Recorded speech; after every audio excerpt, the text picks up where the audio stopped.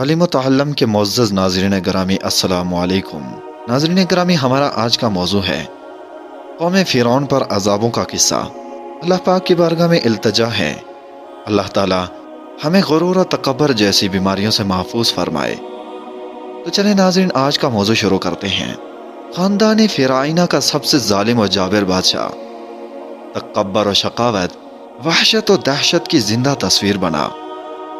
حرم سرا کی خوبصورت ترین عورتوں کے ساتھ تخت شاہی پر براجمان تھا۔ یہ فرعون کا محل نہیں بلکہ مصر کا ایک وسیع و عریض میدان تھا کہ جہاں آج حق و باطل کے درمیان ایک عظیم مقابلہ ہونے کو تھا۔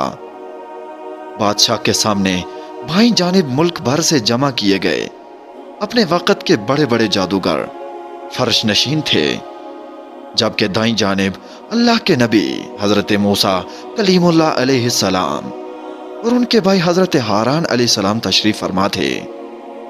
بادشاہ کے اشارے پر مقابلہ شروع ہوا۔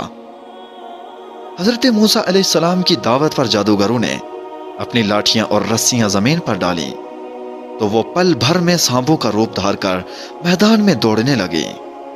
پورا میدان خطرناک سانپوں سے بھر چکا تھا۔ مجمع پر ہیبت طاری ہو گئی۔ فرعون اور اس کے درباریوں کا رعونت بھرا قہقہا فضا میں گونجا۔ حضرت موسیٰ علیہ السلام نے فرعون کی جانب دیکھا۔ یہی وہ لمحہ تھا جب حضرت جبرائیل امین علیہ السلام نے اللہ کا پیغام پہنچایا۔ اللہ تعالیٰ قرآن پاک میں ارشاد فرماتا ہے، ہم نے موسیٰ علیہ السلام کو حکم دیا کہ اپنا عصا زمین پر ڈال دو۔ وہ زمین پر گرتے ہی سب سے بڑا اژدہا بن کر جادوگروں کے سانپوں کو نگلنے لگا۔ حق ظاہر ہو چکا تھا، چنانچہ وہ جادوگر سجدے میں گر کر حضرت موسیٰ علیہ السلام اور حضرت ہارون علیہ السلام کے پروردگار پر ایمان لے آئے۔ سورۃ الاعراف آیت نمبر 117 تا 122 میں اللہ تعالیٰ ارشاد فرماتا ہے، بادشاہ نے ان سب اہل ایمان کو جو حضرت موسیٰ علیہ السلام پر ایمان لانے سے قبل جادوگری سے وابستہ تھے، ہاتھ پاؤں کٹوا کر سولی پر لٹکا دیا۔ حضرت عبداللہ ابن عباس رضی اللہ تعالی عنہ اور حضرت عبید ابن عمیر رضی اللہ تعالی عنہم نے فرمایا کہ اللہ تعالیٰ کا کتنا بڑا کرشمہ ہے کہ دن شروع ہوا تو یہ کافر جادوگر تھے، اور دن ڈھلتے ہی اولیاء اللہ اور شہداء کے عظیم منصب پر فائز ہو گئے۔ تو چلیں ان عذابوں کے بارے میں بات کر لیتے ہیں جو قوم فرعون پر اللہ کی طرف سے آئے۔ مقابلے سے پہلے میدان میں حضرت موسیٰ اور حضرت ہارون علیہ السلام کے علاوہ کوئی اور مسلمان نہیں تھا، لیکن جادوگروں کے ایمان لانے کے بعد 6 لاکھ افراد مسلمان ہو گئے اور یہ ایک بڑی طاقت بن گئے۔ اس واقعے کے بعد حضرت موسیٰ علیہ السلام 20 سال تک مصر میں رہے اور نہایت صبر و استقامت کے ساتھ تبلیغ دین کا کام کرتے رہے۔ اللہ تعالیٰ نے حضرت موسیٰ علیہ السلام کو 9 معجزات سے سرفراز فرمایا تھا۔ ارشاد باری تعالیٰ ہے، اور ہم نے موسیٰ علیہ السلام کو 9 معجزے عطا فرمائے۔ ہونا تو یہ چاہیے تھا کہ ان معجزات کو دیکھ کر فرعون اور اس کی قوم راہ راست پر آ جاتے، لیکن رعونت اور تکبر کے نشے میں چور فرعون اور اس کے ساتھیوں کے ظلم میں اضافہ ہوتا چلا گیا۔ اپنی قوم کے ذوب و حالی دیکھ کر حضرت موسیٰ علیہ السلام نے قوم سے فرمایا، اے میری قوم، تم فکر نہ کرو، اللہ تعالیٰ بہت جلد تمہارے دشمن کو ہلاک کر دے گا اور بجائے ان کے تمہیں اس سرزمین کا خلیفہ بنا دے گا۔ چنانچہ اللہ تعالیٰ نے اپنے نبی علیہ السلام کے اس وعدے کے بعد قوم فرعون پر لگاتار 5 قسم کے عذاب نازل فرمائے۔ ارشاد باری تعالیٰ ہے، پھر ہم نے ان پر طوفان بھیجا اور ٹڈیاں اور گن کا کیڑا اور مینڈک اور خون۔ سورۃ الاعراف آیت نمبر 133 میں حضرت عبداللہ ابن عباس رضی اللہ تعالی عنہ کی روایت ہے کہ ان میں سے ہر عذاب قوم فرعون پر 7 روز تک مسلط رہتا تھا۔ ہفتے کے آغاز سے شروع ہو کر دوسرے ہفتے تک جاری رہتا، پھر 3 ہفتے کی مہلت کے بعد دوسرا عذاب شروع ہو جاتا تھا۔ مولانا مفتی شفیع نے معارف القرآن میں سورۃ الاعراف کی تفسیر میں ان عذابوں سے متعلق جو تفصیل بیان فرمائی ہے وہ کچھ اس طرح ہے۔ سب سے پہلا عذاب جو تھا وہ قحط اور اشیاء کی کمیابی اور گرانی کا عذاب تھا۔ یہ عذاب مسلسل 7 سال تک رہا۔ اس عذاب کا تذکرہ سورۃ الاعراف کی آیت نمبر 123 میں کیا گیا ہے۔ حضرت عبداللہ ابن عباس اور حضرت قتادہ رضی اللہ تعالی عنہم نے فرمایا کہ قحط اور خشک سالی کا عذاب تو گاؤں والوں کے لیے تھا اور پھلوں کی کمی شہر والوں کے لیے، کیونکہ عموماً دیہات میں غلے کی پیداوار زیادہ ہوتی ہے اور شہروں میں پھلوں کے باغات زیادہ ہوتے ہیں، لہٰذا نہ غلے کے کھیت باقی رہے اور نہ پھلوں کے باغات۔ عذاب کے اس ابتدائی جھٹکے سے پریشان ہو کر انہوں نے حضرت موسیٰ علیہ السلام سے دعا کروائی۔ دعا قبول ہونے کے بعد جب قحط رفع ہو گیا تو پھر دوبارہ اپنی سرکشی میں مبتلا ہو گئے اور کہنے لگے کہ یہ قحط تو موسیٰ علیہ السلام اور ان کے ساتھیوں کی نحوست، نعوذ باللہ، ان کے سبب آیا تھا، جس کے بعد اللہ تعالیٰ نے ان پر سخت ترین عذاب کا فیصلہ کر لیا۔ دوسرا عذاب جو قوم فرعون پر آیا وہ طوفان کا عذاب تھا۔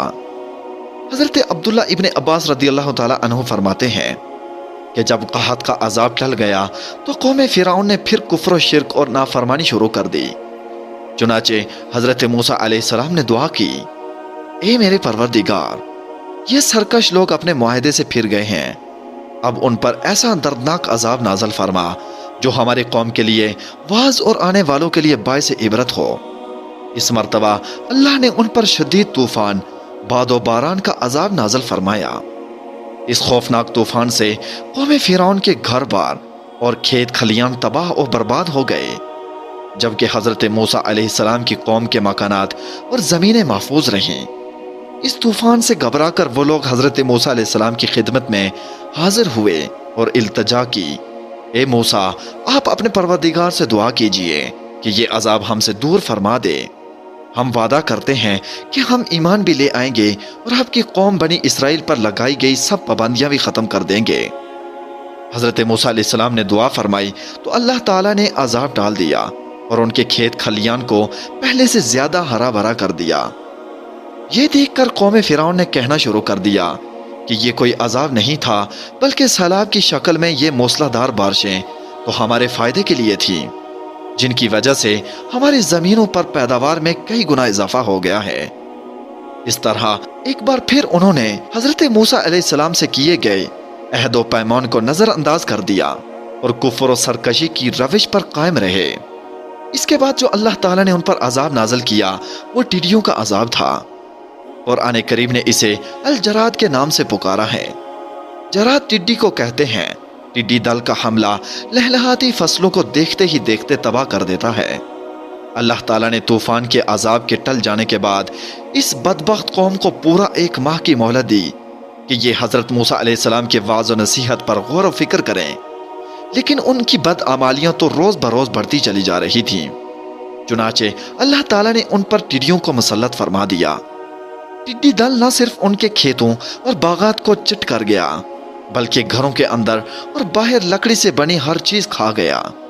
اس عذاب کے وقت حضرت موسیٰ علیہ السلام کا معجزہ ایک بار پھر سامنے تھا کہ اس ٹڈی دل نے صرف قبطیوں یعنی قوم فرعون کو تباہ و برباد کیا، جبکہ قوم موسیٰ علیہ السلام یعنی بنی اسرائیل کے مکانات، کھیت کھلیان اور باغات بالکل محفوظ رہے۔ قبطی روتے پیٹتے حضرت موسیٰ علیہ السلام کے پاس آئے اور التجا کی، آپ اپنے رب سے دعا فرمائیں کہ وہ یہ عذاب واپس لے لے۔ ہم پختہ وعدہ کرتے ہیں کہ ہم ایمان بھی لے آئیں گے اور بنی اسرائیل کو آزاد بھی کر دیں گے۔ حضرت موسیٰ علیہ السلام نے دعا فرمائی اور عذاب ٹل گیا۔ اللہ تعالیٰ نے انہیں پھر 1 ماہ کی مہلت دی کہ وہ غور و فکر کر لیں، لیکن وہ لوگ اپنی پرانی روش پر ہی قائم رہے، ایمان لائے اور نہ ہی بنی اسرائیل کو آزاد کیا۔ اس کے بعد اللہ تعالیٰ نے کیڑے مکوڑوں کا عذاب نازل کیا۔ قرآن کریم میں قمل کے نام کا ذکر کیا گیا ہے۔ قمل بالوں اور کیڑوں میں پیدا ہونے والی جوں اور گھن کے کیڑوں کو بھی کہتے ہیں۔